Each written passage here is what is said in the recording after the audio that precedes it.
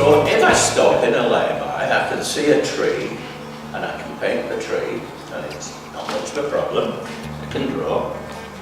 But I didn't want that. I wanted to paint what's up here. This is what I'm talking about towards abstraction. What's going on up here?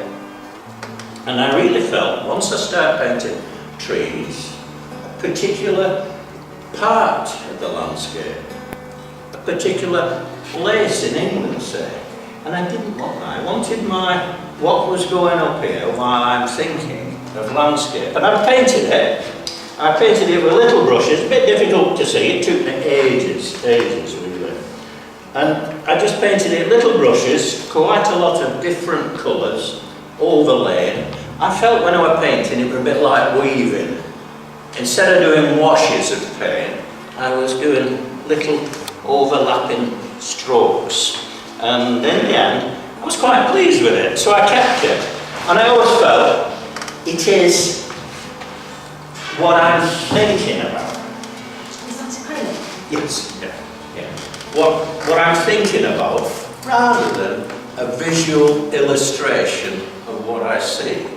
And that's what I'm trying to do now, and that's what I'm going to try today.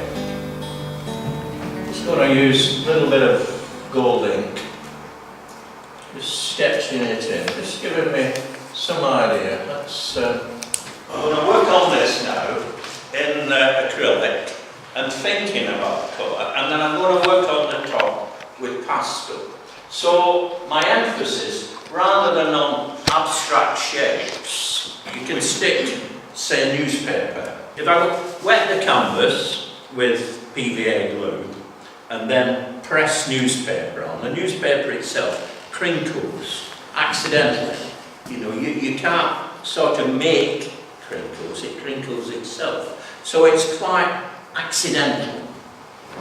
It's just ordinary Winsor & Newton Galleria acrylic. They do make an artist acrylic, which I use sometimes. The artist acrylic is purer, the colours are purer. The likes of Galleria, the likes of yellow and orange, Cambion red, they're pretty pure, and I can use those without a problem.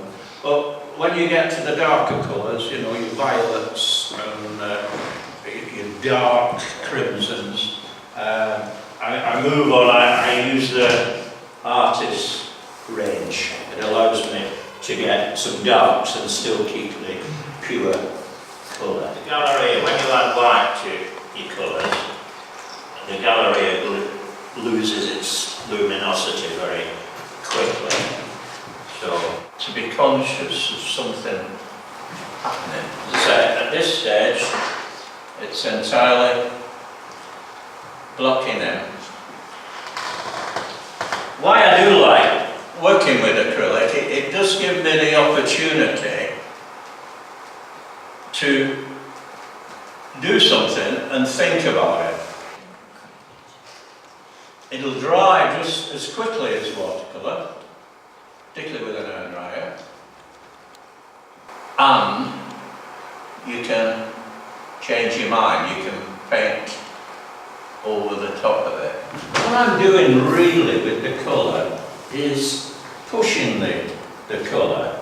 So for instance, the shadows, I'm going to put some blue out, some cerulean blue, and what I'm thinking to myself, well, it's shadows, and shadows are cool, they're dark, so on the colour spectrum, on the colour circle, it's on the cool side, so I'm pushing it so it becomes as cool as I can get. In other words, it becomes blue.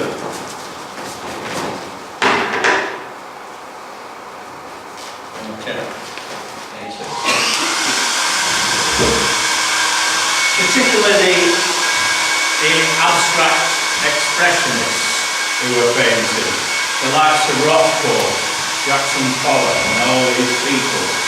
And what I was very conscious of is the flatness that they were after.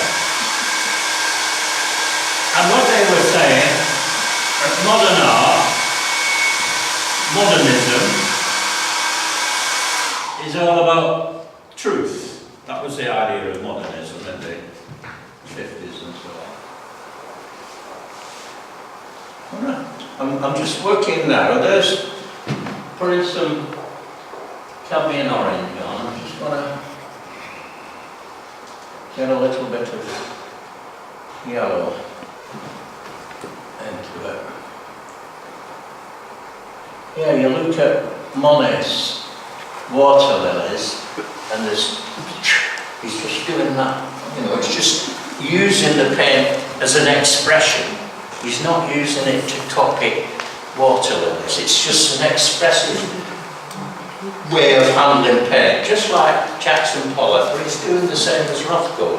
He's laying on over the other. So when you're there, you're just going through and through and through. You're just passing through those layers of paint. Look at these footsteps. More and more footsteps. And I thought, oh, it's finally happened, they're leaving. But they were just moving around to a better position with the chairs. But,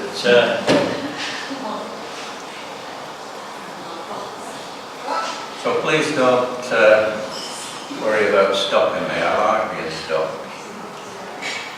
The gold ink seems good, but gold acrylic paint is not very good. Oh, I see what you mean, yeah. And a good reason to use the inks. The acrylic inks are really nice to work on, especially if you are working on gesso, because it picks up the texture of the gesso, and they do keep the brilliance. Yes. Yeah, that's a fact.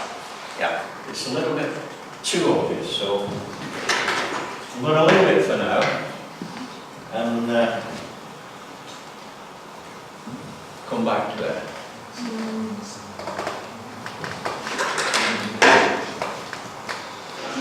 My first yellow was cadmium yellow, and I'm putting a thin coat over the top of it, but a thin coat of lemon yellow. And the cadmium yellow is still sort of poking through a little bit, which is quite interesting. You can do that in acrylic. You could never in a month of Sundays put 6 or 7 layers of watercolour on and then go over the top with a mixture of white and red. You can only do that in acrylic. I suppose you could do it in oil paint, but it would take you about 3 years waiting of each layer to go dry. So that's why I painted acrylics. Just glazing over the top so that I can see what's going on. And I've started this on a bright orange ground. It's on watercolour paper, and then I painted the watercolour paper bright orange, and then worked on top, and I'm letting bits of reddish orange poke through, deliberately letting the ground colour poke through. And when I'd finished, at the end of the day, alright, it was a very pleasant afternoon, but all I got was some cottages and a tree. And I didn't feel it was interesting enough. So at that stage, I came home and started working on top with the pastel. But Surrey is another one, you know, with the pontons, where they were sizzling, yeah. And you look at them, he's deliberately using parallel brush strokes, which flattens, although they've got perspective, the parallel brush strokes is giving it that flat feel. This is a successful one, I feel, particularly the reds against the purple. Because I've had the time, I've been able to get the purple here, and the purple's mixed up of blues and purples, fairly small brush strokes, and then outlined, if you like, in red. And the red again, I've tried to get the same tone and the same vibrancy as the purple, so that I'm trying to get almost a dazzle. If you look into a bright light, it's dazzling. So I'm using here discordant colours. Very careful, because it's not easy to get the same tone and the same vibrancy of colour right next to each other. It takes a little bit of time, which I haven't got yet.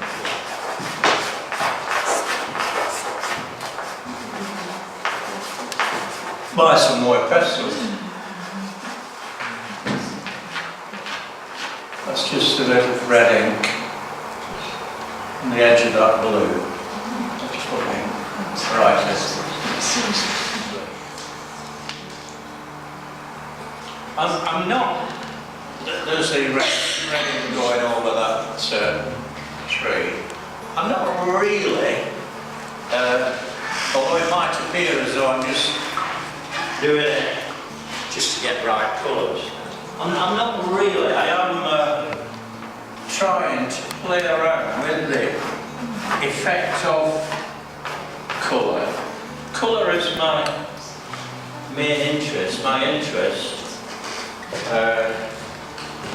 as I said, when I had a real job, I was a colour consultant. So colour is what I do.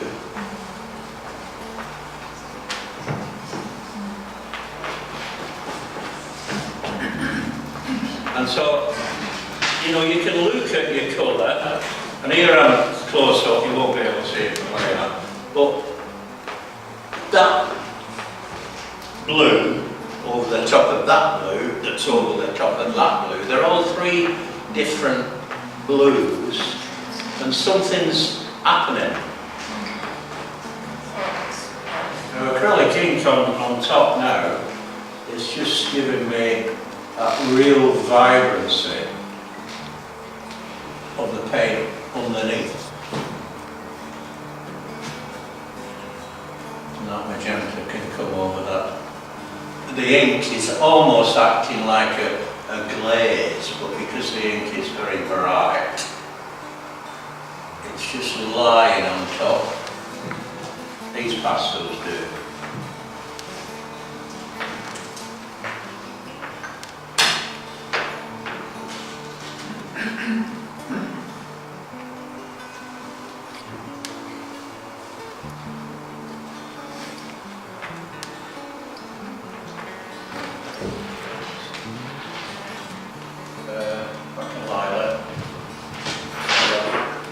You could paint a house that's a specific house, or it's a house that just says Celtic, and it was awful difficult because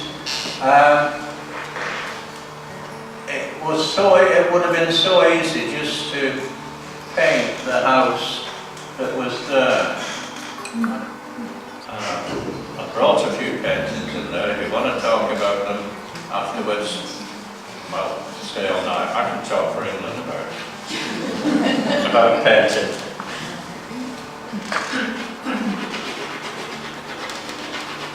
But I'm not going to go any farther because I'm just fiddling around now.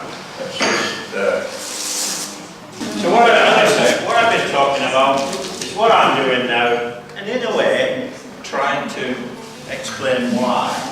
You know, trying to explain what I really meant in the first place. So there we go.